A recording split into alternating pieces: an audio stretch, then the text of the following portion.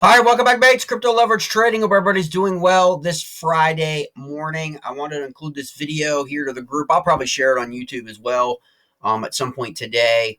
It's a little after 9 a.m. here, Eastern Standard Time. But you hear about me talk about all the time if you trade with me, if you get mentored by me, or you're in our Discord and trading group. I always talk about the IO map, right? And why it's such a valuable tool that everybody should be using as opposed to pure technical analytics, okay? Now, you guys know that I'm a huge proponent of technical analysis coupled with on-chain metrics for leverage trading. Okay, you guys know that. All right, I preach it all the time, that these are the tools that you want to blend the two in order to trade in either Bitcoin, Ethereum, or your altcoins.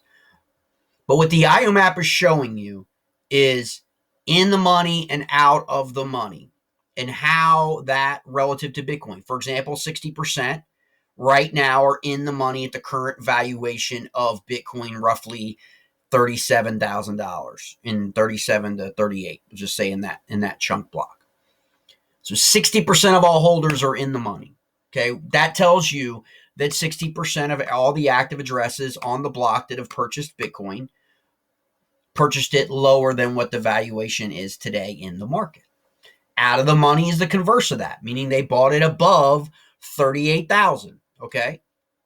Now, why this is critical for the next few weeks for Bitcoin, and why no one on Twitter or social media or whatever is probably taking the time to explain this to people, is these red areas right here, okay, demonstrate the wall or the barrier for Bitcoin to overcome. We've tried to test 40,000, right?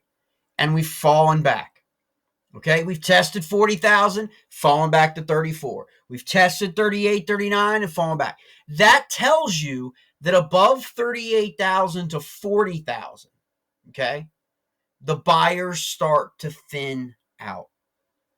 Okay, sellers start to dominate the market.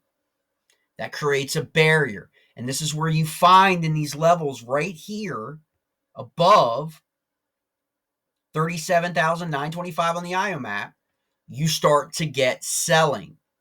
Okay?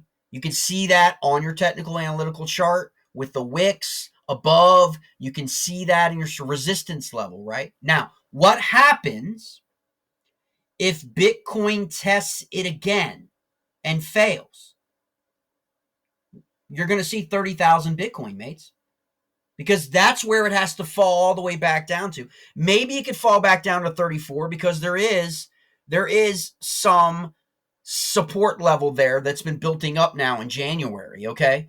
But when you look at the levels in terms of Bitcoin, that's the logical move down as a failed test of resistance. Now, conversely, what happens if Bitcoin breaks through these levels?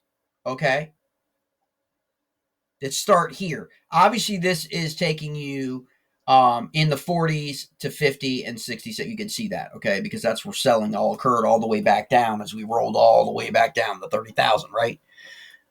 So this tells you with the current price of 38,000 at the time of this IO map snapshot, what's ahead of Bitcoin. So if it is to move above 38, challenge 40, take on 42,000. Those are psychological levels. They may not be technical levels, but those are psychological levels. Bitcoin gets back to 40,000, suddenly you start to get a shift in the behavioral mindset psychologically for Bitcoin. Oh, it's bottomed. Oh, the bleeding has stopped. Oh, Bitcoin's out of the ICU. Oh, right? That's what you get. But it has to hold it, okay?